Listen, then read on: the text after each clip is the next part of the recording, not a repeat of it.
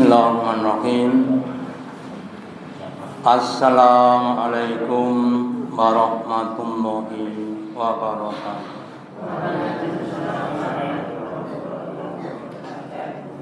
Alhamdulillahilladzi an'amana bi ni'matil imani wal islam. Asyhadu alla ilaha illallah wahdahu la syarikalah wa asyhadu anna Muhammadan abduhu wa rasuluhu la nabiyya wa la rasula ba'da. Allahumma sholli ala Muhammad wa ala ali Muhammad kama sholaita ala ali Ibrahim innaka Hamidum Majid wa barik ala Muhammad wa ala ali Muhammad kama barakta ala ali Ibrahim innaka Hamidum Majid. Qala Allahu ta'ala fi kitabihil karim. A'udzu billahi minasy syaithanir rajim. Ya ayyuhalladzina amanu ittaqullaha haqqa tuqatih wa la tamutunna illa antum muslimun. Bapak Ibu hadirin yang dirahmati Allah Ta'ala, yang pertama dan utama, marilah kita selalu meningkatkan, menambahi kesyukuran kita, keimanan dan ketakwaan kita kepada Allah Ta'ala dengan meyakini, mengimani segala yang dikalamkan Allah di dalam Al-Quran. Baik itu perkara-perkara yang sudah terjadi, yang sedang terjadi, dan yang akan terjadi. Yang akan terjadi apa? Di antara adalah kematian. Jadi kematian itu pasti akan terjadi. Kemudian ada orang yang berkata, banyak orang yang berpikir bagaimana hidup enak, bagaimana hidup nikmat, tetapi jarang yang berpikir bagaimana mati enak atau mati nikmat. Kenapa? Karena sebagian orang itu mengkonsepsikan, menganggap bahwa kematian adalah sesuatu yang sangat-sangat menyakitkan. Ada orang yang sakit jantung, sakit patah tulang, kalau ditanya rasanya bagaimana, jawabnya setengah mati. Berarti mati adalah sesuatu yang sangat-sangat menyakitkan. Apakah itu benar? Jawabnya bisa benar, bisa tidak, tergantung siapa yang mati. Maka kita bahas dalam bersama ini kematian yang atau menikmati kematian. Semoga ketika kita nanti suatu saat dipanggil Allah, kita bisa mati dengan kematian yang nikmat. Kita awali yang pertama bahwa setiap orang akan mengalami atau merasakan kematian. Di dalam surat Al-Imran surat yang ketiga ayat 185 Allah berfirman, kullu nafsin dha'iqatul maut. Tiap-tiap jiwa, tiap-tiap manusia itu akan merasakan kematian. Mau tidak mau, cepat atau lambat, tetap akan merasakan kematian. Mati tidak bisa kita hindari, tidak kita lari daripadanya. Di mana saja kita berada, kalau sudah datang waktu kematian, kita akan mendapati kematian. Ainama takunu yudrimuhu walau kuntum fi burujin musyayyada. Di mana kalian berada, maka kematian akan menimpa kepada kalian meskipun kalian berada pada benteng-benteng yang kokoh. Makanya berkira itu orang beriman tidak usah itu berpikir bagaimana lari dari kematian. Tidak usah memikirkan untuk tidak mati, tapi mestinya kita memikirkan sangune mati, ya, karena itu akan terjadi. Kemudian kematian itu ada dua metode, ada dua rasa.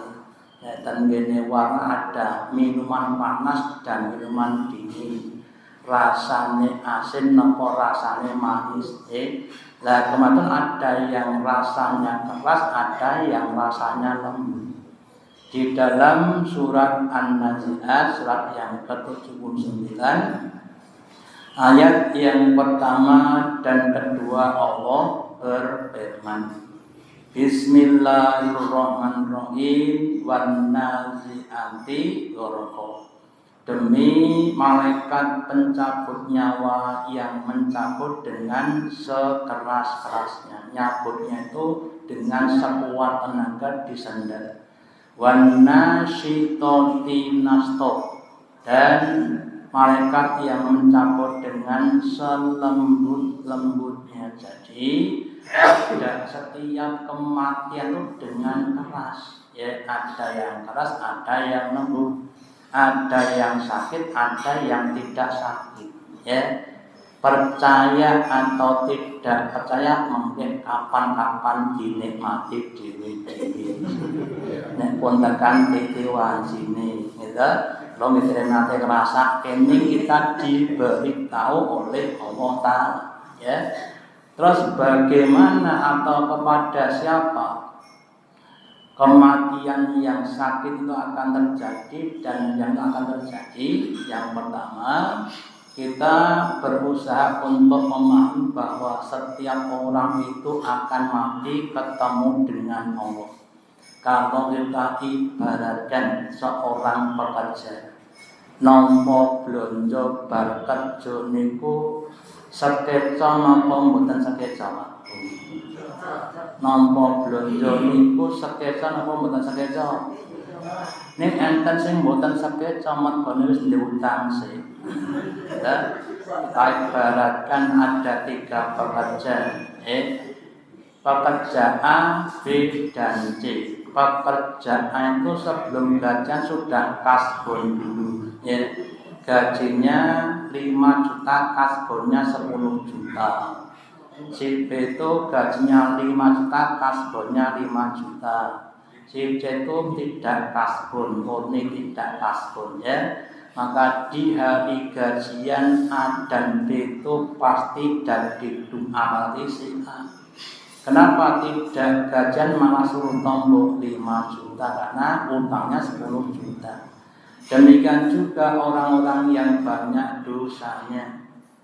Ketika dia akan mati, dia pasti takut dengan kematian karena disuruh untuk membayar kasbon-kasbon dosa-dosa yang telah dilakukan. Sementara orang-orang yang banyak pahala, dia akan senang ketemu dengan Allah. Maka dalam sebuah hadis yang panjang, Nabi bersabda, Man ahabba liqa Allah ahabba liqa aku. Barang siapa yang dia senang ketemu Allah, maka Allah senang ketemu kepada dia. Wa man kaya liqa Allah karena Allah liqa aku. Dan sebaliknya, barang siapa yang enggan benci, enggak senang ketemu dengan Allah Ta'ala, maka Allah juga enggak senang ketemu dengan dia. Ya. Kemudian Aisyah berkata, "Loh Nabi, siapa yang senang dengan kematian?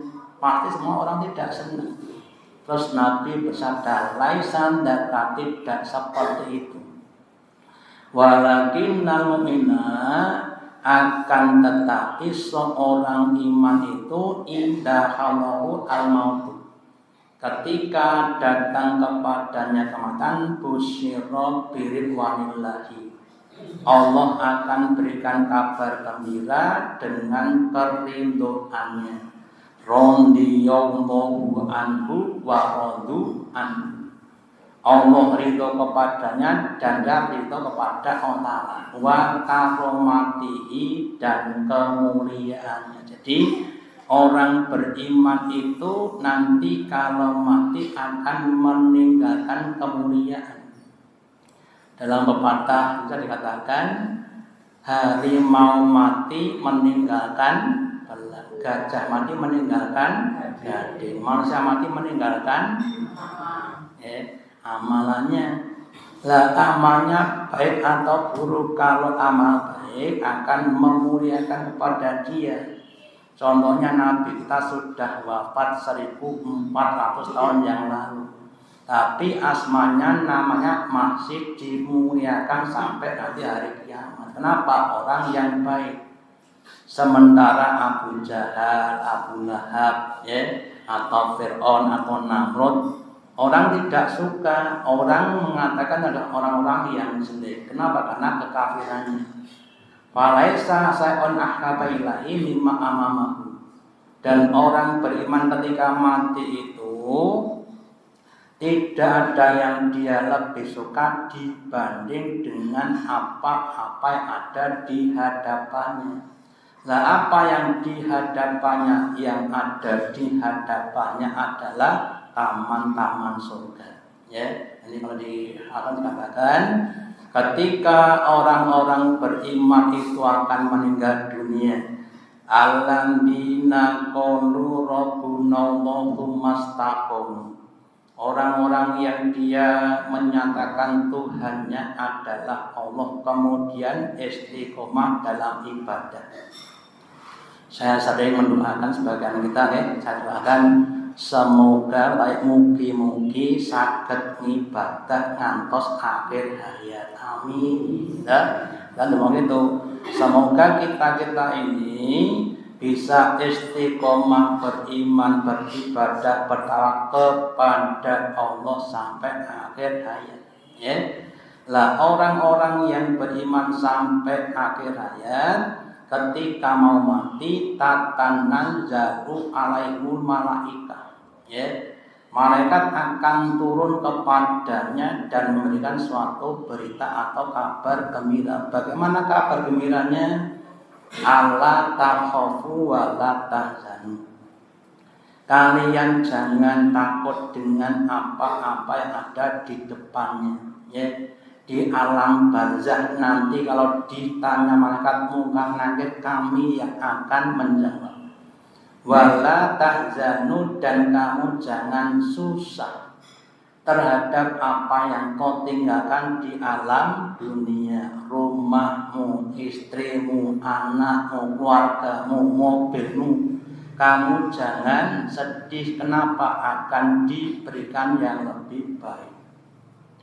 Maka sebagian doa yang didoakan oleh orang yang mensolatkan mayit, Allahumma abdilhu daron min darihi, ya Allah, gantilah si mayit itu negeri yang lebih baik dibanding dengan negerinya. Gantilah dia keluarga yang lebih baik dibanding yang kali ada di dunia. Bahkan gantilah istrinya di dunia dengan istri yang lebih baik dibanding dengan istri yang di dunia. Itu doanya orang yang mensolatkan mayit. Kenapa mboten sok ndongake mboten? Dia akan diganti negeri, keluarga, jodoh yang lebih baik dibanding dengan yang ada di dunia. Kelangan motor Vario anyar untuk mobil Innova hybrid nggak masalah. Ya masalah, karena lebih baik. Kita ada orang-orang yang beriman. Wa absiru bil jannatil lati kuntum tu'adun, dan hendaklah kalian senang bergembira dengan jannah, dengan surga yang telah dijanjikan Allah kepada kamu. Itu orang-orang yang beriman. Sehingga orang beriman itu nanti ketika akan meninggal itu hatinya sangat-sangat senang sekali. Kenapa? Karena akan mendapatkan yang lebih baik dibanding dengan yang ditinggalkan di dunia. Kemudian wahabba Allah, maka kemudian dia senang ketemu dengan Allah. Allah juga senang ketemu dengan dia. Kenapa? Karena dia adalah orang-orang yang beriman kepada Allah. Orang yang badannya akan dibersihkan dengan minyak kasturi dan lain sebagainya. Itu orang-orang yang beriman. Wa inna kafiro indahal mudiro usiro bi anda bila ma'ukubatihi. Dan sebaliknya orang-orang yang kafir ketika akan meninggal dunia diberi kabar. Apa kabarnya? Kabarnya adalah siksaan Allah, ya, akan disiksa di alam barzakh sampai kiamat. Di hari kiamat dibangkitkan untuk dimasukkan ke dalam neraka khalidina fiha abadan. Maka dia sangat-sangat tidak senang dengan kematian. Kalau bisa lari dia akan lari. Kalau bisa dia mencari akan cari perlindungan. Ya, maka kemudian faisa sa'on aqlawilahi mimma amamahu, maka orang kafir itu ketika akan mati tidak ada yang dibenci kecuali apa-apa yang ada di hadapannya. Di hadapannya penuh dengan berbagai macam siksaan-siksaan. Mulai siksaan yang ada di alam barzakh yang konon dijelaskan bahwa siksaan di alam kubur itu seandainya, ya, orang tadi disiksa dan kemudian dia berteriak dengan sekencang-kencangnya. Seandainya manusia yang hidup itu mendengar teriakan orang ahli kubur, yang mendengar itu sudah pingsan. Niku sing krungu men pingsan awake yang diadab, ya. Makanya Bapak Ibu sangat berusaha bagaimana tetap menjadi orang-orang yang beriman. Keimanan kita harus semakin lama semakin ditingkatkan, ya. Al-imanu yazidu wa yanqusu. Iman seseorang itu bisa tambah dan bisa kurang. Yazidu bisolihati wa yanqusu bil maksiati. Iman itu akan tambah dengan adanya amal-amal soleh. Kalau banyak-banyak beramal soleh, sholat kita, puasa kita, baca Qur'annya, zikirnya, sedekahnya, puasanya, berbakti kepada kedua orang tua kita, berbakti kepada tetangga kita, ya, membaguskan kita kepada tamu-tamu kita dan sebagainya, ya, dilatih dengan sifat-sifat yang mulia, sifat-sifat yang baik, orang yang istiqomah, orang yang mujahadah, orang yang ikhlas, orang yang sabar dan lain sebagainya. Itu adalah untuk meningkatkan iman kita. Wayan kusuk bil maksiati, dan iman kita bisa berkurang kalau kita maksiat kepada Allah, ya. Mulai dari bahasa orang Sadalah namanya molimo, gitu. Molimo M5 ini apa? Maling, madat, medok dan sebagainya. Itu seandainya seperti itu, yang kita orang Jawa seperti itu, ya. Atau nanti juga penyakit hati, hasad, dengki dan sebagainya, ghibah, itu harus kita usahakan untuk ditiadakan supaya tidak mengikis iman kita. Kemudian rohnya orang beriman itu ketika keluar tidak perlu untuk dicabut, ya. Nanti dijelaskan dalam hadis yang panjang, ketika malaikat maut itu diperintah Allah untuk mencabut rohnya orang-orang yang beriman. Ketika sudah sampai di tempatnya dia bingung mau mencabutnya, bingung. Kenapa bingung? Lah mau dicabut lewat mana? Lewat mulutnya biasa cuma untuk berwudu, ya. Dicabut lewat matanya juga ada untuk berwudu, ya. Lewat hidungnya juga begitu, sampai bingung pakai ajeng nyabut lewat pundi, balik kepada Allah. Ya Allah, Engkau utus aku untuk mencabut rohnya si fulan. Dan dia itu semua tubuhnya kan sering untuk wudu. Saya pakai dengan dia. Oh gitu, iya. Sekarang ini tak kasih gambar foto ya. Kamu berikan kepada dia, pertontonkanlah kepada dia ya. Maka kemudian akan kembali lagi dengan membawa foto taman-taman surga. Terus diperlihatkan kepada orang iman yang akan mati dan dikatakan, ya ayyatuhan nafsul mutmainnah, wahai jiwa-jiwa yang mutmainnah ya, jiwa-jiwa yang tenang.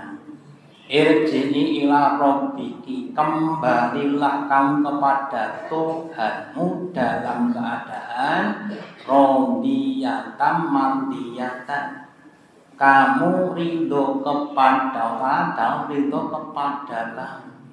Fadkhuli fi ibadi, maka masuklah pada golongan hambaku, wadkhuli jannati, dan masuklah kamu kepada surga.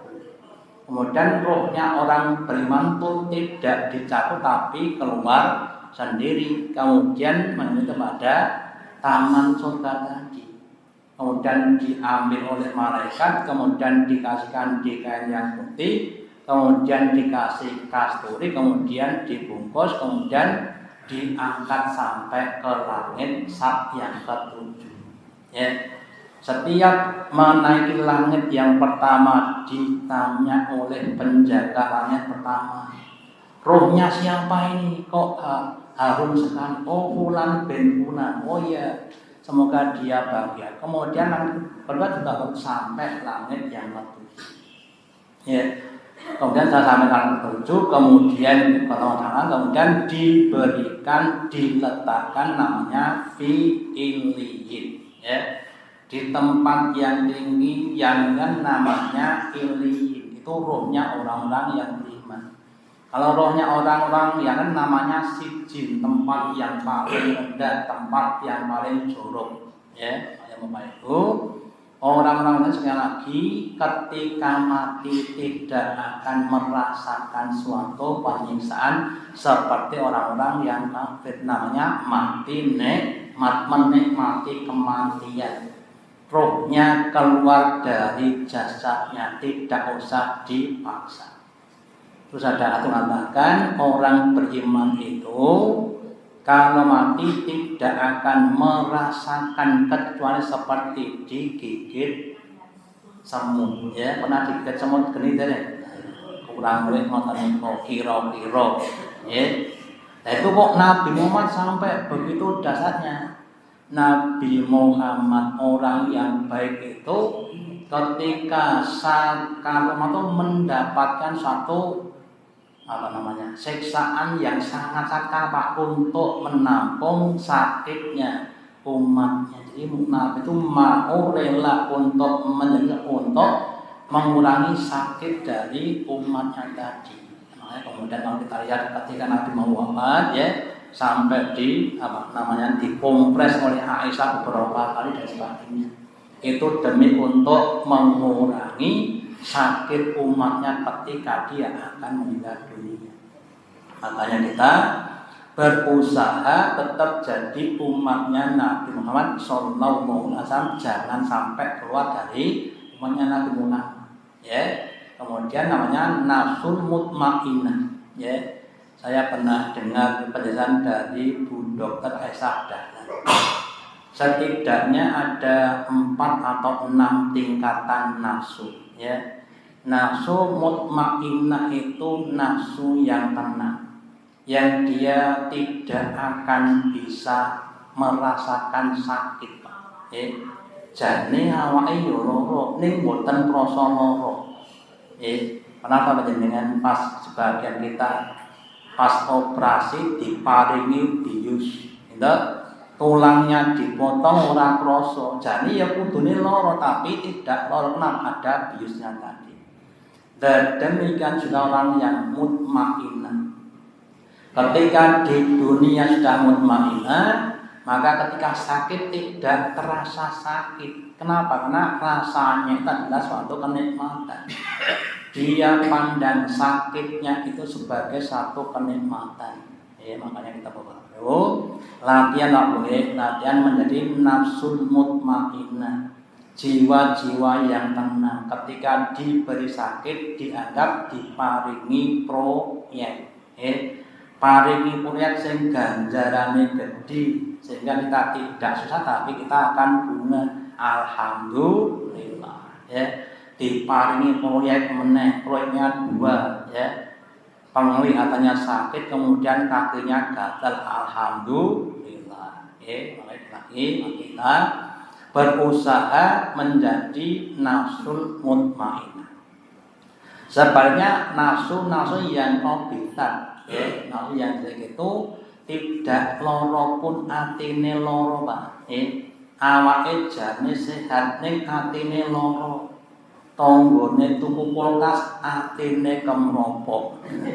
Jane awake ora apa-apa ning atine sing nyun ngapunten, nafsu kita tadi. Makanya lagi monggo hati kita harus didandani, dengan kita ngaji dan sebagainya, mendapatkan bakat. Semoga harinya semakin baik.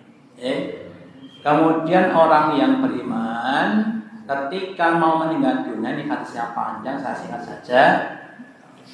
Allah akan utus malaikat maut yang sebelumnya ada 2 malaikat yang diutus, kemudian datang di tempatnya orang beriman yang akan mati.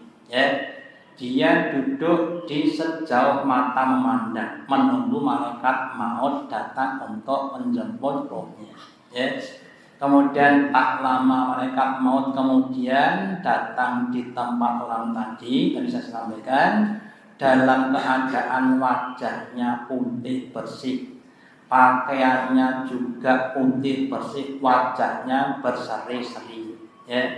Kemudian dia mengatakan orang beriman, wahai orang-orang beriman, jiwa-jiwa yang tenang, orang-orang yang selama di dunia beribadat pada Tuhannya, keluarlah kamu dari tubuhmu. Jadi yang datang itu bukan orang yang menyeramkan.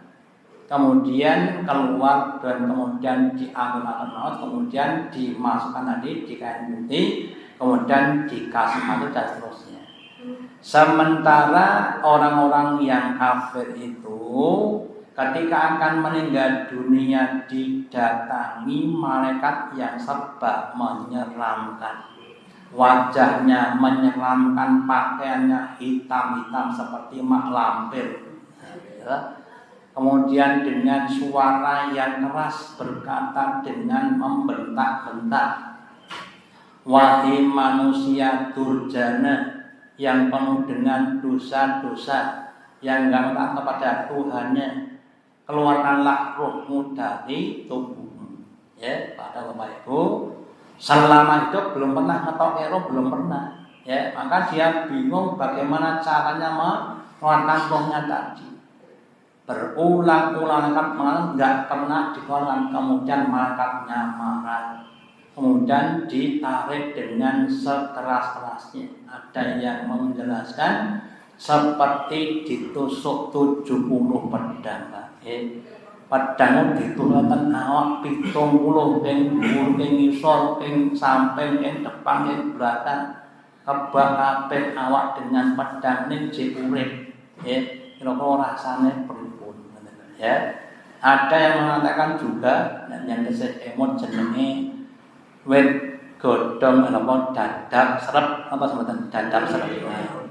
Melaantan rene niku kayu niku dilebokke yang tuntun niku nggih kok bluk ngoten niku terus diobok-obok.